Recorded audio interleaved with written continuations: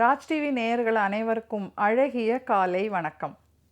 ஒரு ஊரில் ஒரு பாட்டியும் பேரனும் வாழ்ந்து வந்தாங்க. பாட்டியோட காலில் ஒரு புண்ணு வந்துச்சு. அந்த புண்ணை என்னென்னமோ வைத்தியம் பண்ணி பார்க்குறான், ஆனால் குணமாகவே இல்லை. கடைசியில் அவங்க வெக்ஸாகி இருக்கிற சமயத்தில் அந்த பேரனுடைய ஃப்ரெண்டு ஒருத்தன் சொன்னான், டேய் கடல் தண்ணி உப்பு தண்ணியில் கடல் தண்ணியில் நீ இந்த புண்ணை கழுவினேன்னா ரெகுலராக அது குணமாகுண்டா அப்படின்னு சொன்னான். சரி அப்படின்னு பேரனும் ஒத்துக்கிட்டான். கடல் தண்ணியை எடுத்துகிட்டு பாட்டி காலை கழுவணும். ஓகே, அந்த புண்ணை கழுவணும். இவனுக்கு அதை எடுக்க போகும்போது ஒரு சந்தேகம் வருது. கடல் தண்ணி பொது சொத்து, அதை நாம் எடுத்து யூஸ் பண்ணலாமா? எதுக்கும் நாம் விஏஓ கிட்ட ஒரு அனுமதி லெட்டர் வாங்கிடுவோம் அப்படின்னு விஏஓக்கு லெட்டர் எழுதுகிறான். விஏஓ பார்த்தார், இது என்னடா இது, இந்த மாதிரி இது வரைக்கும் யாரும் கேட்டதே இல்லையே, நமக்கு எதுக்கு வம்பு, நாம் எதுவும் முடிவெடுக்க வேண்டாம், நாம் இதை பேசாமல் என்ன பண்ணிவிடுவோம் அப்படின்னா அடுத்த ஆளுக்கு அமுச்சிடுவோம், தாசில்தாருக்கு அமுச்சிடுவோம் அப்படின்னு தாசில்தார்கிட்ட அமுச்சு வச்சார். தாசில்தார் பார்த்தார், இந்த விஓவுக்கும் நமக்கும் ஆகவே ஆகாது, கடல் தண்ணியை யூஸ் பண்ணலாமா பாட்டியோட கால் புண்ணுக்குன்னு புதுசாக ஒரு பிரச்சனையை கிளப்பி விட்ருக்காரு. இதில் ஏதோ வில்லங்கம் இருக்குது, நம்மளை எங்கேயோ சிக்க வைக்கிறதுக்கு தான் இந்த வேலை பார்க்குறாரு இந்த விஏஓ, இதை பேசாமல் நம்ம கலெக்டருக்கு அமுச்சிடுவோம் அப்படின்னு கலெக்டருக்கு அமுச்சிட்டாரு.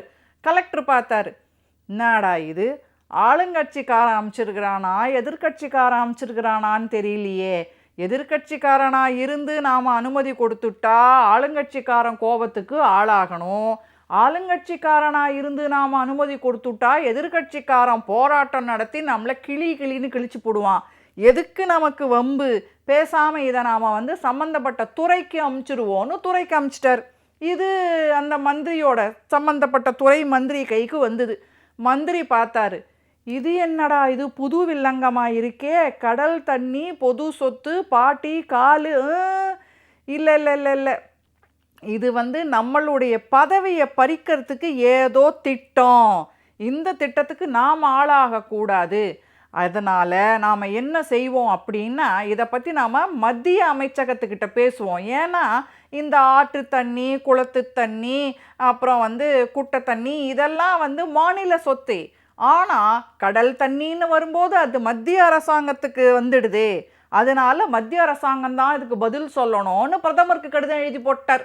பிரதமர் பார்த்தார், நான் உலக நாடுகள் எல்லாம் சுற்றி வந்த அளவில் இந்த மாதிரி ஒரு பிரச்சனையை யாரும் இது வரைக்கும் கிளப்பினதில்லை, என்னதான் கடல் நம்ம ஊரில் நம்ம நாட்டு எல்லையில் இருந்தாலும் அது சர்வதேச அளவில் இருக்கிறதுனால இதை நான் யூஎனில் பேசி தான் பர்மிஷன் வாங்கணும்னு நினைக்கிறேன், அதனால் இதுக்கு சம்மந்தப்பட்டு நான் ஒரு தெளிவான முடிவு எடுக்கிற வரைக்கும், சர்வதேச அளவில் இதை டிஸ்கஸ் பண்ணி நாங்கள் ஒரு முடிவு எடுக்கிற வரைக்கும் இந்த கடல் தண்ணியை யாரும் எந்த உபயோகத்துக்கும் பயன்படுத்தக்கூடாது அப்படின்னு ஒரு லெட்டர் வந்தது.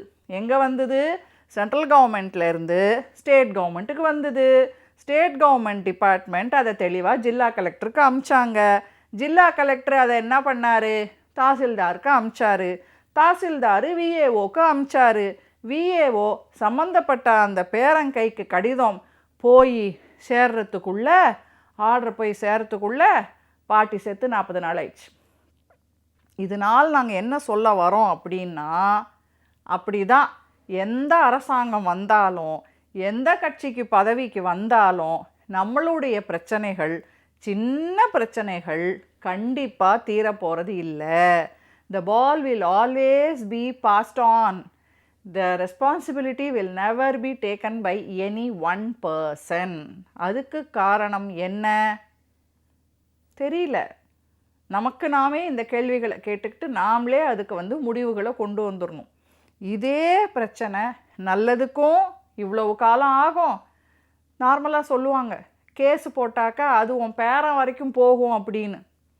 இந்த மாதிரி விஷயங்களும் பேரன் இல்லை, எவ்வளவு நாளானாலும் தீர்வே இல்லாமல் கேள்விகள் கேட்டுக்கொண்டே இருப்போம். பதில் தீர்வு வருமா? மீண்டும் நாளை வேறொரு அழகிய கதையோடு உங்களை சந்திக்கிறேன். நன்றி, வணக்கம்.